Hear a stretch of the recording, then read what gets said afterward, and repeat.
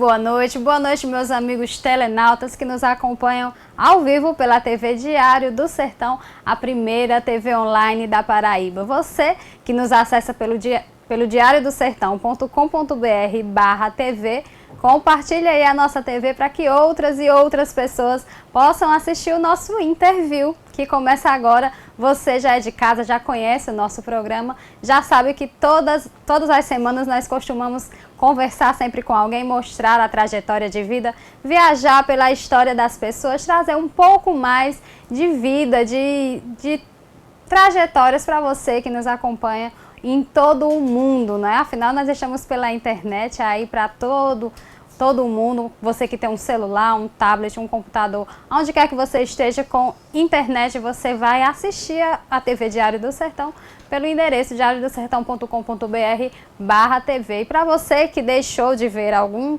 dos nossos programas ao vivo, você pode ver também os vídeos que estão disponíveis no diariodosertão.com.br/vídeos. Vai lá, acesse o Diário do Sertão e você vai ter acesso a todos os vídeos que você deixou de ver por algum motivo. Estão todos lá disponíveis para você que deixou de ver algum deles, ok?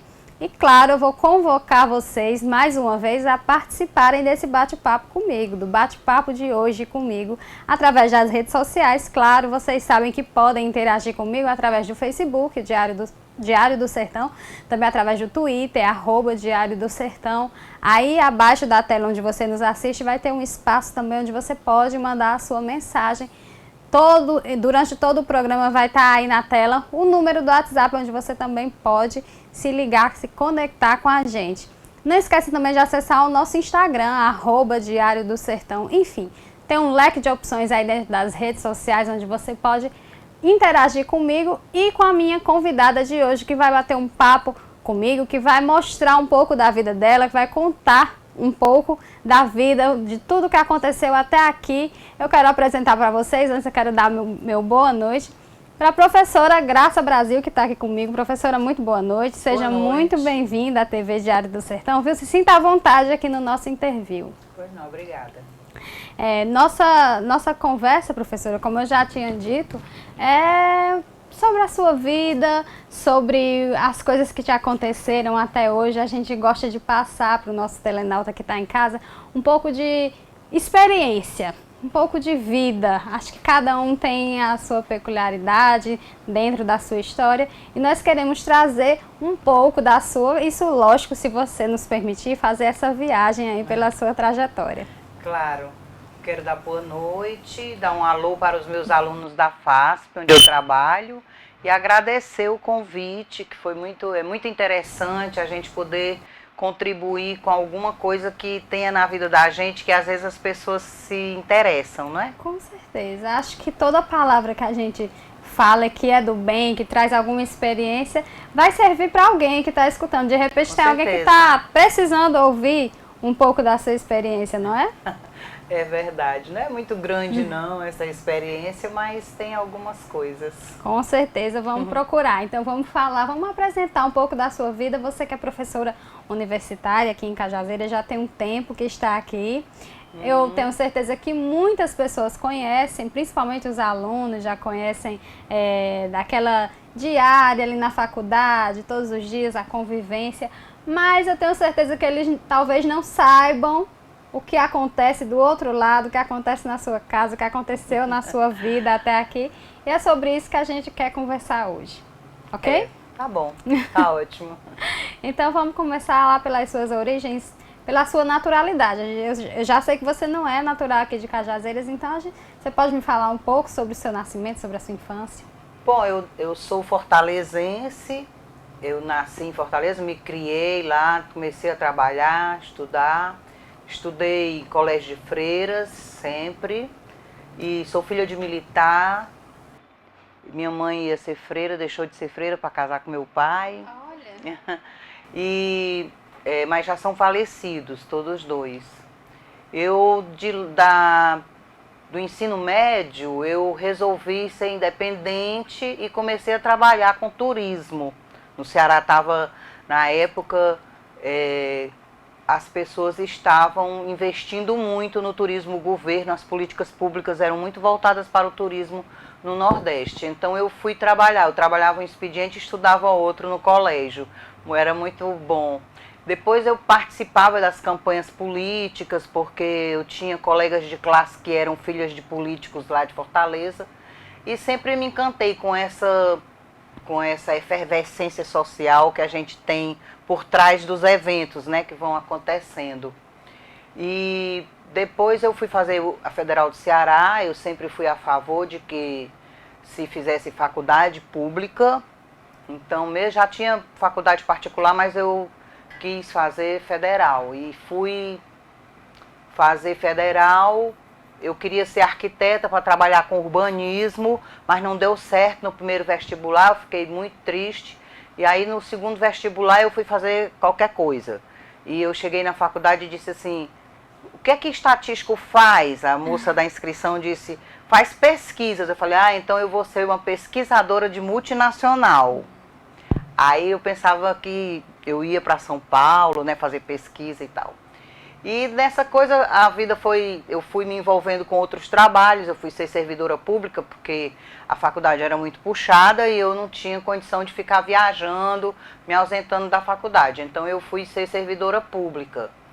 E eu continuava trabalhando no expediente e estudando o resto do tempo na faculdade. Às vezes eu tinha que faltar, mas dava para eu compensar no fim de semana.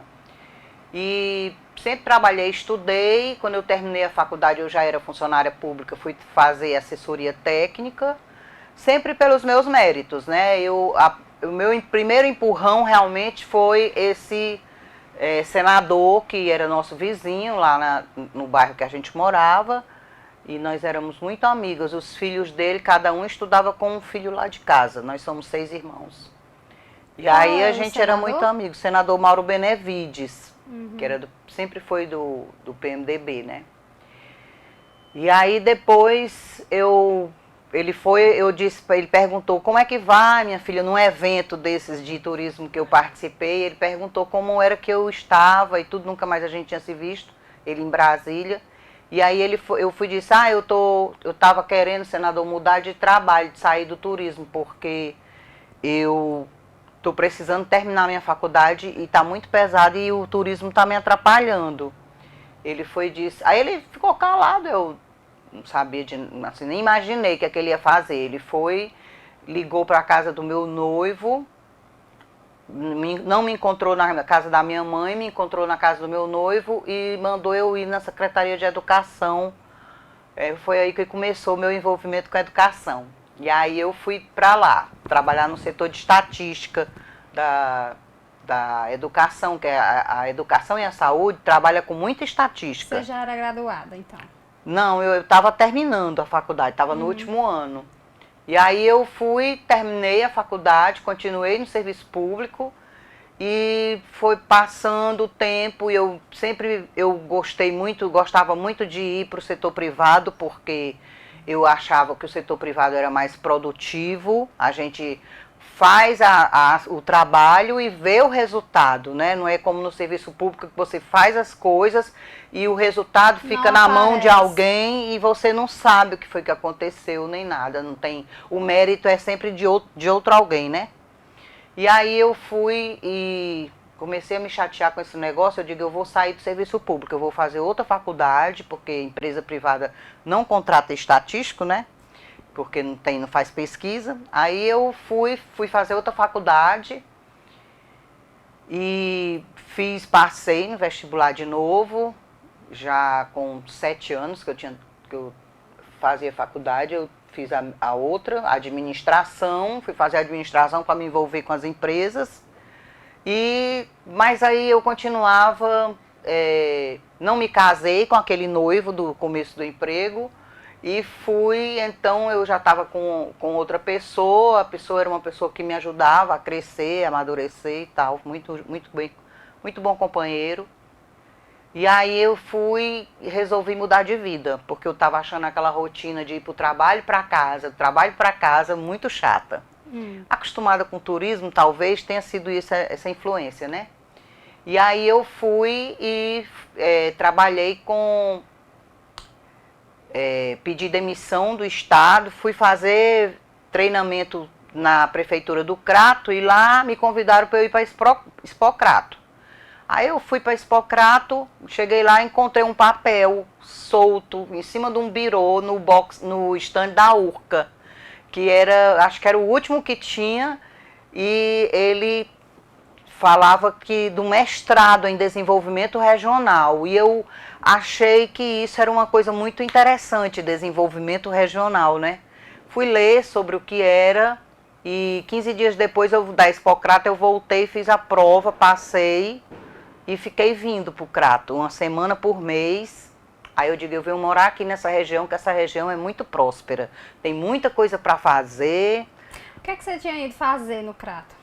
Dar um treinamento de atendimento ao público para o pessoal da prefeitura do Crato. Entendi. Aí nisso eu fiquei indo, né? E pensando, eu vou vir morar aqui nessa região, porque essa região é uma região de muito potencial de trabalho, pouca mão de obra qualificada, com certeza vai ser bom para mim.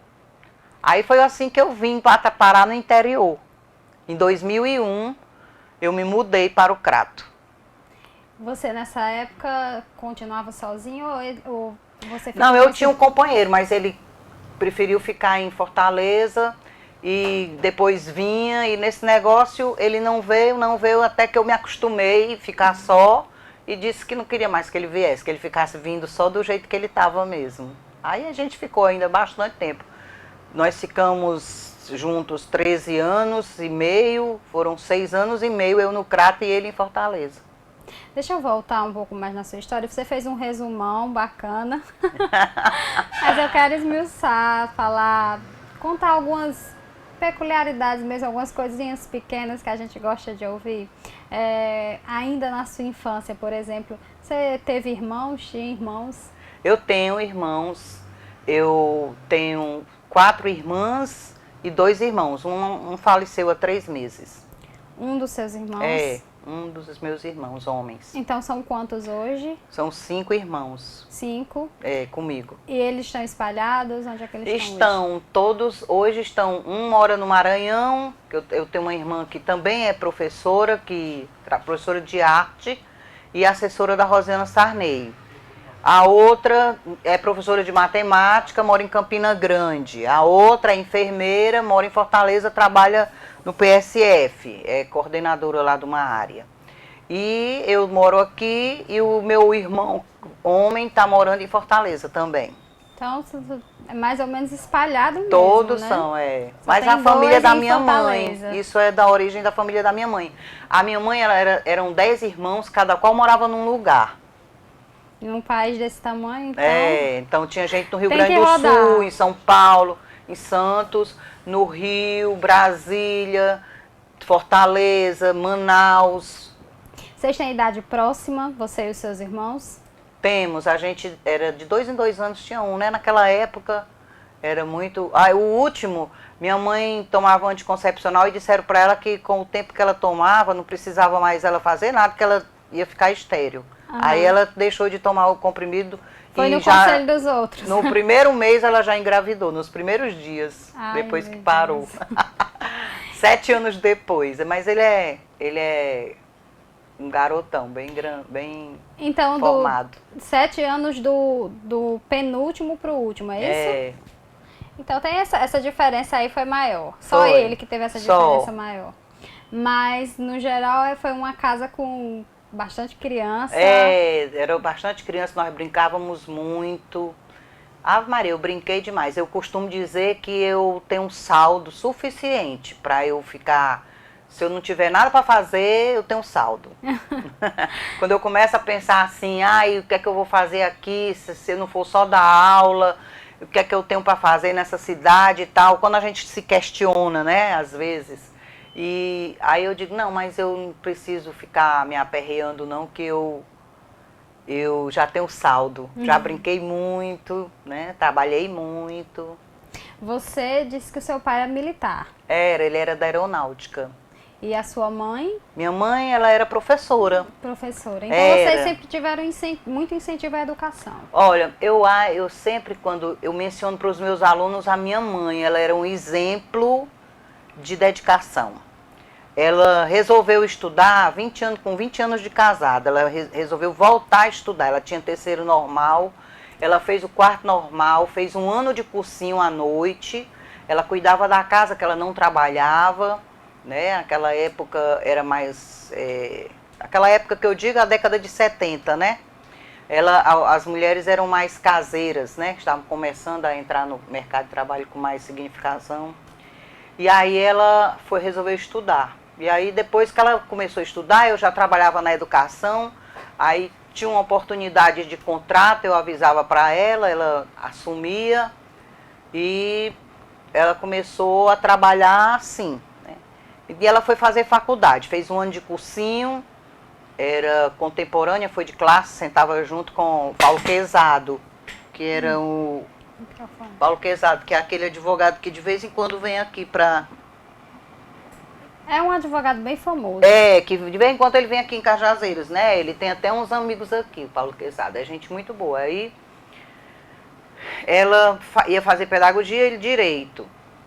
E ele ficava insultando, dizendo que ela devia fazer direito. Para fazer direito de família, porque quando nas aulas ela defendia muito a família e tal. E aí ela fez o vestibular, passou para pedagogia. Minha mãe, ela só tirava 10, mas a menor nota dela foi em estatística, foi 9. Ela era muito estudiosa. E aos domingos, a gente sentava na mesa da cozinha, que eram 8 lugares. Ela sentava para fazer os estudos dela, depois do almoço. E aí todos sentavam para estudar junto. Olha, passavam o domingo estudando. À tarde do domingo, até a hora de sair para visitar a avó, né? Que a gente fazia as visitas da família no domingo também. É um incentivo às crianças estudarem. Quer dizer, vocês já não eram mais crianças nessa época, né? Tão crianças, né? Mas tinha criança em casa. Mas de qualquer forma é um incentivo muito grande aos filhos com estudarem, certeza, né? Com certeza. Passar um domingo depois do almoço estudando. Eu acho que os pais, eles devem ser exemplos, né? Aliás, a gente deve ser exemplo, os adultos devem ser exemplo, né? De correção, de caráter, de comportamento social. Eu acho que a gente tem que ser exemplo para poder essa garotada ver coisas boas, né? Com certeza. Não dá para ser, por exemplo, porque eu vejo que as famílias que não têm, os mais velhos não estudam, os mais novos eles vão achando que podem ficar também sem estudar. Só que o mundo hoje, ele não permite mais que as pessoas não tenham um mínimo de estudo possível, né? Acho que a faculdade hoje já é o mínimo de formação que uma pessoa tem que fazer, né? Sim. Porque as informações são muitas, a faculdade não dá condição de você obter todas as informações necessárias. É preciso você continuar estudando. Não dá para se acomodar. Não dá. Mas pelo menos a faculdade, eu acho que as pessoas têm que chegar a fazer. Uhum. E a oportunidade está aí, né? Tem muito, né? Eu me voltei para a área de ensino porque eu pedi demissão do serviço público e fui para o Crato sem emprego. E para terminar a minha dissertação do mestrado, que eu fiz lá, né? E eu cheguei no dia 7 de março, quando foi no dia 15 abrir inscrição para professor de substituto de estatística. Eu digo, bom, vou fazer, porque pelo menos eu fico trabalhando, porque eu sempre fui acostumada a ficar trabalhando, nunca parei de trabalhar. Então eu fiz a prova no dia 29 de março, no dia 2 de abril, eu costumo dizer as datas, porque foi tão rápido, foi tão sistemático. No dia 2 de abril eu já era professora, eu já estava na sala de aula. E daí para frente eu me tornei professora. E aí eu fui estudar mais para poder ser professora, porque também eu acho que depois que você assume essa função de professor, você tem que estudar para poder ensinar, né? Não adianta você ir para a sala de aula, fazer de conta, né, que está dando aula. E quando é um público universitário que te cobra, não é? Com certeza. E as pessoas sabem, né, que você está... Sabem quando você está fazendo a coisa porque se preparou e sabem quando você faz sem se preparar, né? Graça, só queria te tirar uma dúvida. Quando você era adolescente, você é uma pessoa muito comunicativa. Isso vem desde a adolescência. Quando você era adolescente, você era muito agitada, tinha muitos amigos? Sempre fui líder. Sempre fui líder, sempre me envolvi em toda a confusão que tinha na escola, no colégio, né? Quando eu fui atleta, fui seleção cearense de handball, universitário e estudantil, e sempre joguei, eu jogava todas as modalidades do colégio, nem que fosse no banco, mas eu fazia parte. Minha mãe não suportava bola, todos os filhos dela foram atletas. Então, até o mais novo jogava pela seleção de vôlei. E aí eu me meti em tudo quanto era de confusão. E quando eu fui ser universitária, era o tempo da ditadura, meu apelido em casa era Subversiva, porque eu me meti em toda a confusão na faculdade, né? E ia trabalhar para as pessoas que naquela época, na esquerda, né?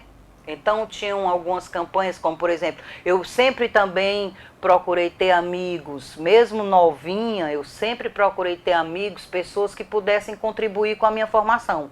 Eu tinha os meus amigos de brincadeira, de farra, de dançar, né? Minhas amigas de colégio, até hoje nós somos amigas, quando a gente se encontra é como se a gente tivesse saído do colégio naquela hora, mas eu também sempre me preocupei em resolver as problemáticas sociais. Sempre fui envolvida com o social, sabe?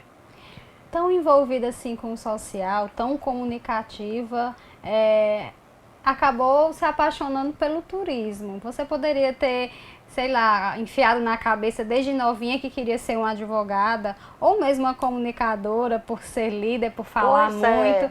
E aí acabou enveredando pelo turismo. Você sabe explicar essa paixão? Foi a oportunidade mesmo.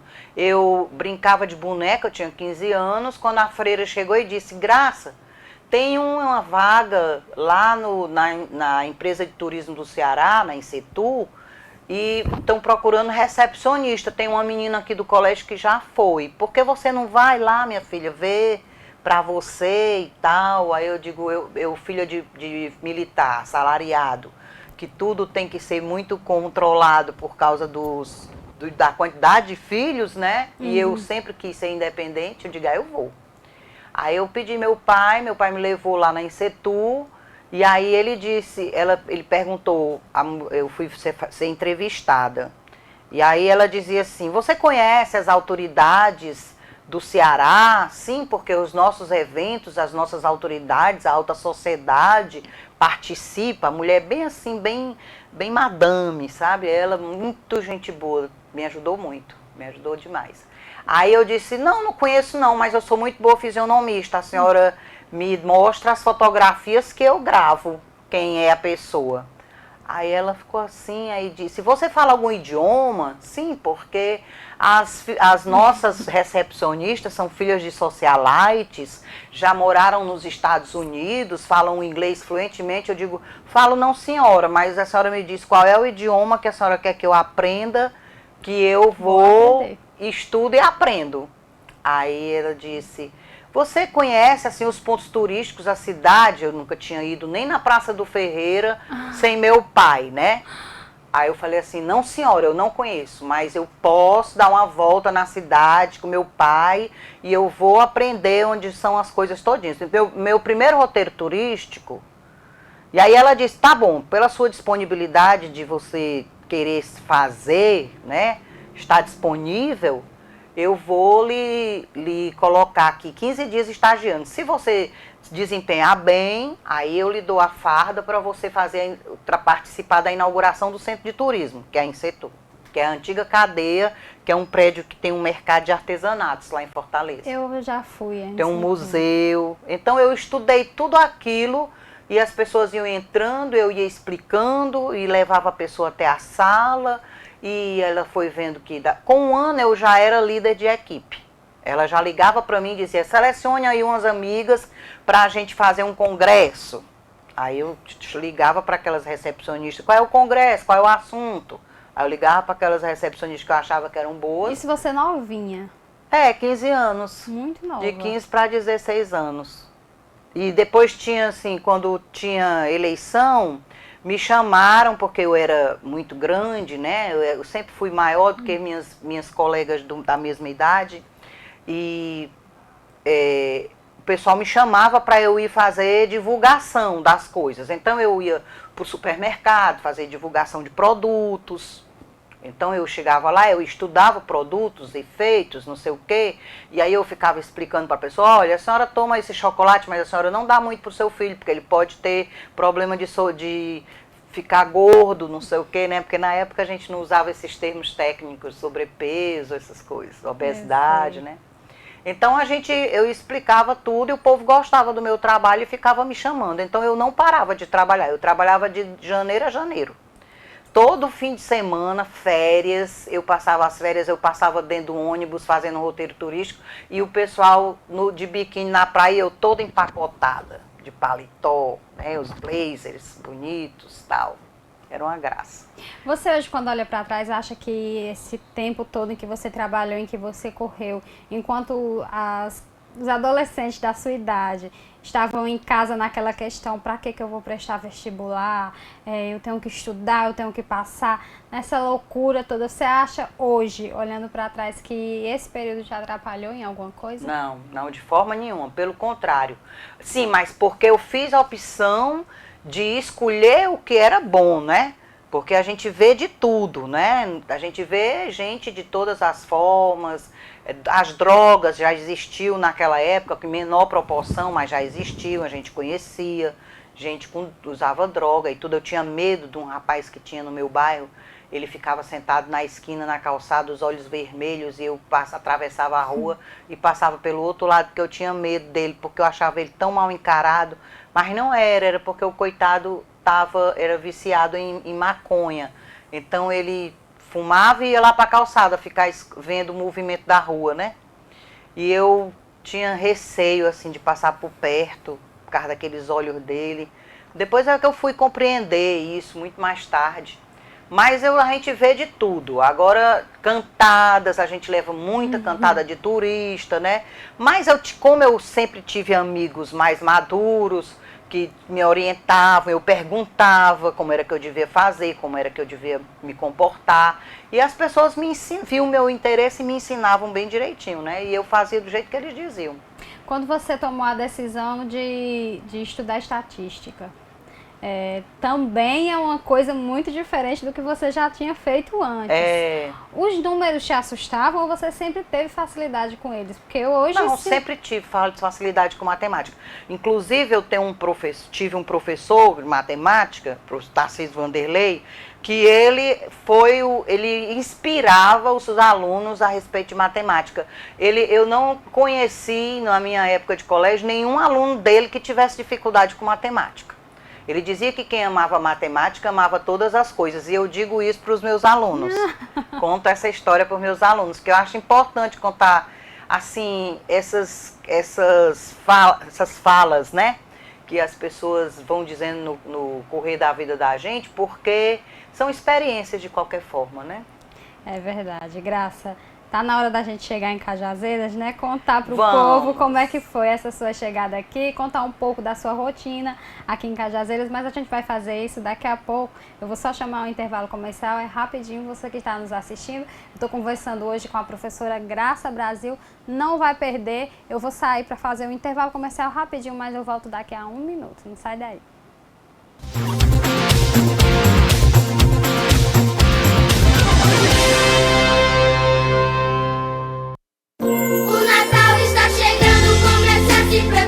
Aproveite e arrume a sua casa. Tem conjunto estofado por 12 de R$ 111,90. Esse rack moderno é apenas 12 de R$ 26,90. O home theater com karaokê é só 12 de R$ 23,90. E a TV de 32 LED é uma Sony, é só R$ 799. O Natal está chegando, começa a se preparar. O Armazém Paraíba é o lugar de comprar.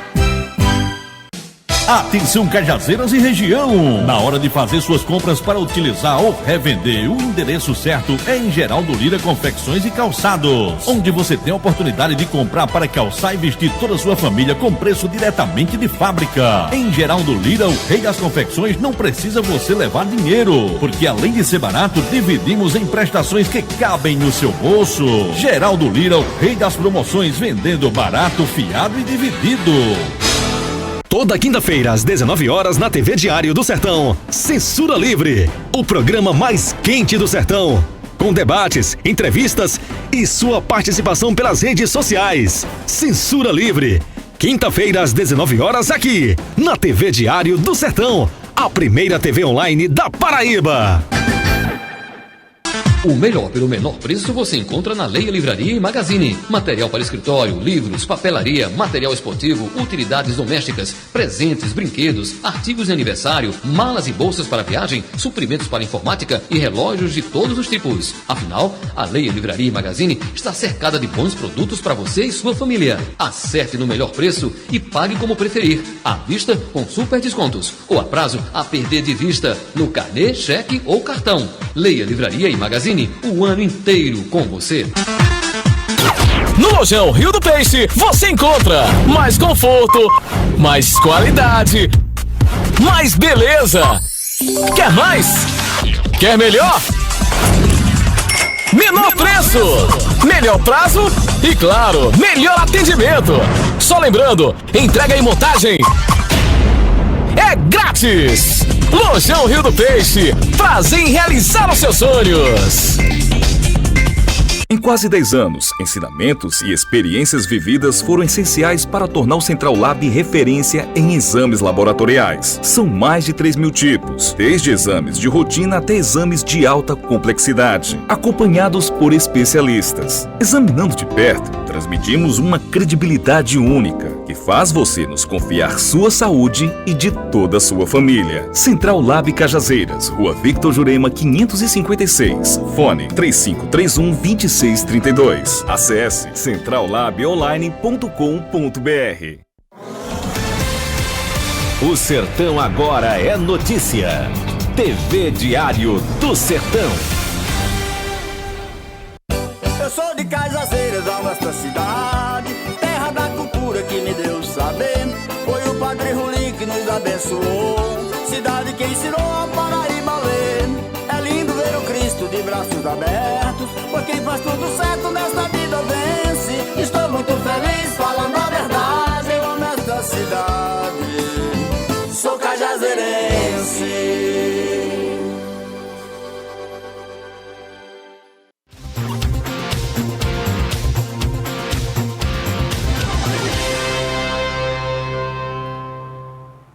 De volta com seu interview ao vivo, direto aqui dos estúdios de Cajazeiras. Lembrando que logo após o interview, a partir das 19 horas, hoje tem censura livre. Hoje é quinta-feira, dia de censura livre.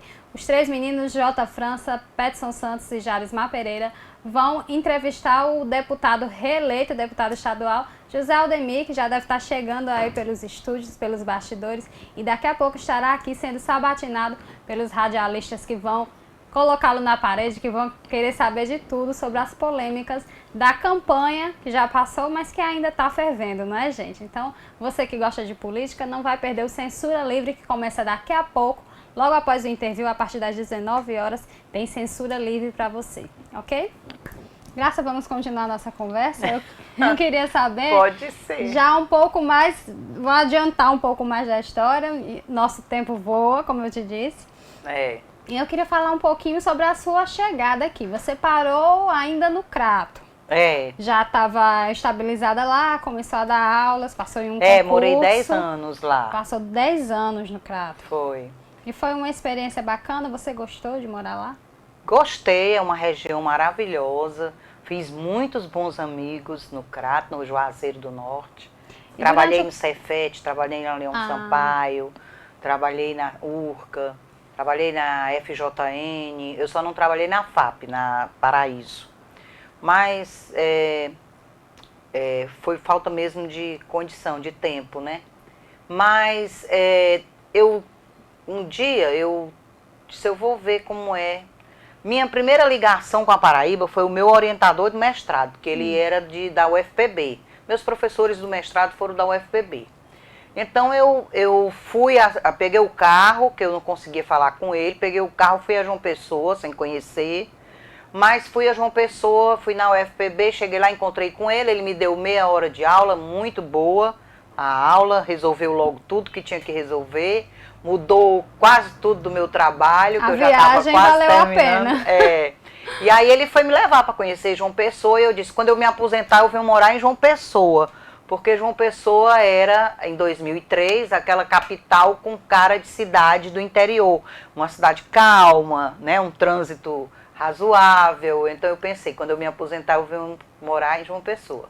Mudou muito João Pessoa, né? Então, depois eu já tive a oportunidade de ir lá. Aí eu voltei para o Crato, ele foi para a minha apresentação do mestrado, e eu fiquei pensando, eu vou levar meu currículo nessas faculdades que tem lá. Nessa época eu estava só na medicina, na FMJ, e aí eu fui eu vim aqui, peguei um ônibus, Guanabara, vim aqui, eu não conhecia nada, então eu não quis vir de carro. Sempre foi muito resolvida, muito decidida. Eu planejo assim, eu penso, vejo se pode e vou fazer, não fico só no pensamento não. E aí eu vim aqui, esperei de 11 da manhã até as 3h30 para ser atendida na faculdade, e entreguei meu currículo e voltei para casa. Quando eu voltei para casa... Você veio aqui e visitou apenas uma faculdade? Foi, porque eu nem conhecia que tinha outras. Eu só ouvia falar no Crato, que eu tinha umas alunas na enfermagem que tinha pessoas que faziam enfermagem aqui. Então eu sabia dessa faculdade. Aí quando foi um belo dia, eu recebi um telefonema de um coordenador me convidando para ser professora aqui. Eu vim, fiz a entrevista, fui contratada. E aí eu fui e fiquei indo e vindo. Morando ainda no Crato. Passei um ano indo e vindo. Aí quando ainda dando aulas por lá. Também, trabalhava lá, dava aula aqui, voltava, porque no dia seguinte eu tinha que, durante o dia, eu trabalhava de noite aqui e de dia lá. Em que ano foi que isso aconteceu? 2009. Aí eu vim, ele me chamou, fiquei indo e vindo. Quando foi em 2010, ele passou no concurso para o Cefet, saiu e me indicou para eu ser a coordenadora do curso de administração. Então era uma oportunidade muito interessante, porque se você, como professor, como docente, você tem que ter as funções docentes todas da academia no seu currículo, porque isso valoriza muito. Então eu digo, não, que eu quero ser coordenadora. E aí eu fiquei aqui e achei que... Para ser coordenadora, você teria que abrir mão de morar lá. De morar no Crato. Porque você já estava há 10 anos, já estava bem habituada. E dava aula em Mas 3... o novo é um desafio. O novo te chama, então. Você não se assusta com ele. Me atrai. Aí eu digo, não, eu vou tentar. Vou ver o que é. Você largou, eram 3 instituições que você dava aula no Crato? Nessa época eu já estava só com uma, porque a gente vai se envolvendo com as atividades e vai tendo que deixar aquelas aquelas que a gente tem menos compromisso, né? Vai ficando com a mais compromissada. Então, no final, você não fez um mau negócio. Você estava trocando um emprego de 10 anos por uma ideia de que poderia ser muito boa, né? Mas eu vim. Eu acreditei, vim. E foi uma experiência boa. Não foi como eu pensava que era. Mas aí, quando foi em 2012, eu fui para São Francisco. E estou lá na São Francisco até hoje. E vou fazer direito no próximo ano. Você é danada. Mas eu estou fazendo doutorado já em educação, porque como eu sou professora, né? Mas porque eu sou administradora, eu vou fazer doutorado com foco na educação empreendedora. O seu mestrado é com... Desenvolvimento regional. Desenvolvimento regional. E que você fez ainda quando estava no Crato. Eu terminei em 2003. Foi quando você conheceu esse professor, que foi teu orientador lá? Da Paraíba. Que acabou te fazendo essa ponte com a Paraíba. Exatamente. Graça, o que é que faltou para você nessa época de coordenação? As coisas não foram do jeito que você pensava. De uma forma geral, se você não quisesse prender apenas ao seu caso, o que é que falta ainda? A gente sabe que Cajazeiras é um centro educacional, principalmente no que se refere a faculdades, a instituições que oferecem cursos superiores, mas para quem está lá dentro, o olhar é diferente. O que é que falta, na sua opinião? Bom, eu acho que alguns detalhes na parte de ensino, ela é importante que sejam aprimoradas. Como, por exemplo, o grau de exigência, o grau de cobrança dos conteúdos, da vivência acadêmica que o aluno tem que ter, participar de extensão, participar de pesquisa, que é muito importante, desenvolve, faz a pessoa crescer, não é? Nossos alunos, pelo menos os meus, são trabalhadores. Eu sou sempre muito preocupada com o trabalhador. Eu acho que o trabalhador ele tem que ter uma atenção especial, e eu acho que as empresas e todas as organizações, de uma maneira geral, elas precisam se aprimorar mais nessa questão do atendimento aos interesses do trabalhador, para ele se motivar, ter mais compromisso com a empresa. Eu observo isso, né? Quando você fala do aluno trabalhador, você se refere mais ao turno da noite, na maioria dos casos? O aluno trabalha e estuda. Normalmente os alunos das faculdades particulares mesmo, eles arranjam um estágio que não é bem um estágio, porque não é o estágio supervisionado, é aquele que é acadêmico. É o estágio que o empregador emprega por horas, menos horas, porque ele faz faculdade, mesmo que ele faça faculdade de dia. Paga menos também, né? Então, todos esses detalhes são detalhes assim que podem interferir no encanto mesmo, no interesse do trabalhador de se qualificar mais. Do aluno pelo mercado de trabalho. Você acha... E do trabalhador em se qualificar mais, né? Porque o que nós estamos fazendo atualmente é tentando modificar o método do interesse do aluno pelo ensino. Ele tem que ter mais pesquisa, ele tem que ir buscar o estudo, né? Porque a educação parece que ainda está naquele tradicional, embora com tantos programas que o governo tem a respeito de educação, mas a gente ainda se depara com de uma maneira geral, assim, uma grande parte das pessoas que estudam, ainda naquele tradicionalismo, esperando que o professor produza e entregue na mão para ele mastigadinho, né? E isso não desenvolve. A questão da internet hoje também entrega muita coisa para o aluno de mão beijada. Você acha que a internet mais atrapalha do que ajuda ao professor ou à educação em geral? Não, eu acho a internet importantíssima, mas as pessoas se detêm com muitas banalidades que a internet fornece, né? As pessoas se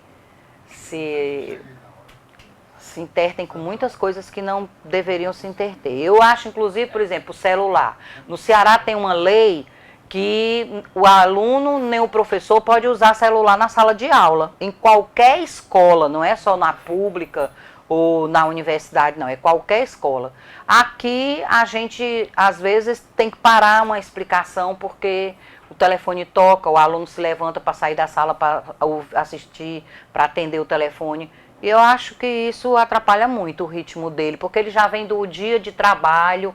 Então, se ele vem com o dia do trabalho, ele provavelmente, né, empiricamente a gente pode dizer que ele tem pouco assim, rendimento, porque ele está cansado do dia de trabalho, né, com essa temperatura nossa também que é...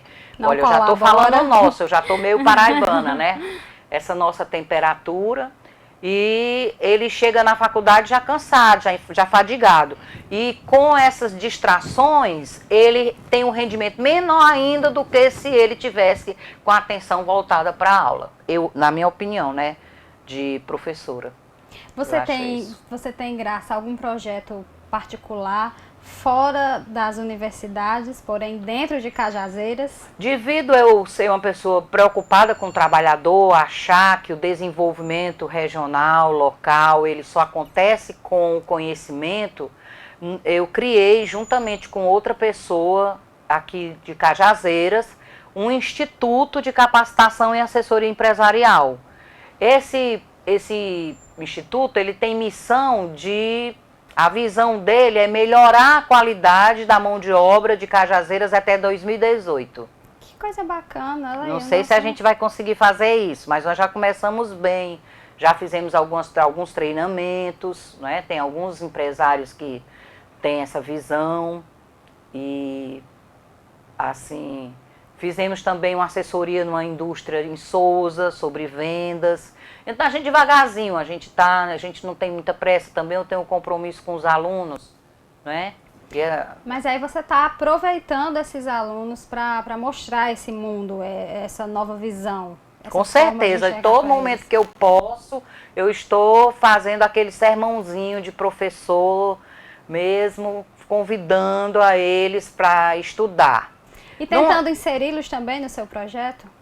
Já convidei ex-alunos que são egressos da São Francisco para eles participarem como instrutores, né? Mas eles ainda se sentiram assim um pouco tímidos de participar. Mas eu estou sempre procurando ver se eu consigo ampliar, né, a equipe.